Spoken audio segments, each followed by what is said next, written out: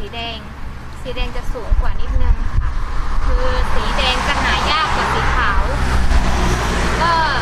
เพราะว่าสีแดงก็จะออกหวานกว่าด้วยค่ะ แล้วรสชาติเป็นไง รสชาติจะออก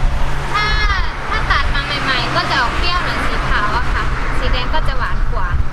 ออกหวานไปเลย ห่างกันประมาณกี่บาท อยู่ที่ประมาณ 3-4 บาทนี่แหละค่ะไม่เกินนี้ คาดว่าปีนี้แก้วมังกรภูเรือเนี่ยจะเป็นยังไงครับ ดีไหม ราคาดีค่ะปีนี้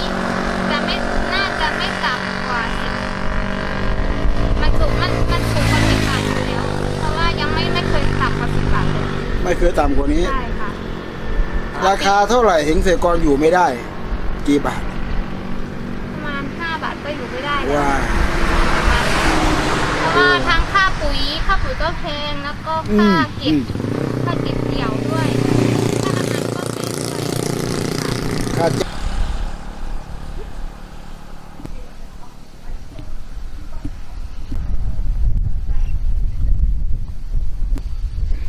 พวกส่วนผู้ใหญ่ก่อนกำลังแดงนะ อยู่ เขาเนี่ยเขาจะถ่ายนะต้องไปถ่ายคู่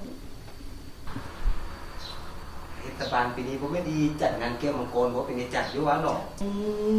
บางสะพานคือสุดนี้เลย จุดนี้มันอยู่หน้าเทศบาลเนาะพัน รถยนต์เป็นหมื่นมอเตอร์ไซค์เป็นพัน ต่างประเทศ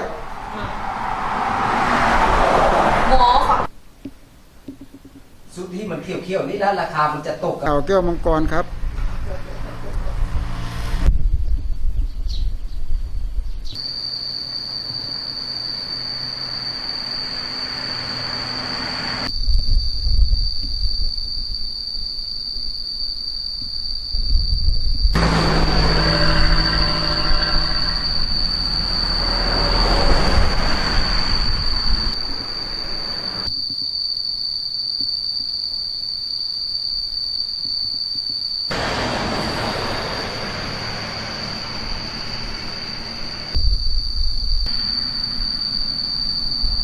เคยมาตลาดอุดรเลยขายกับว่าเป็น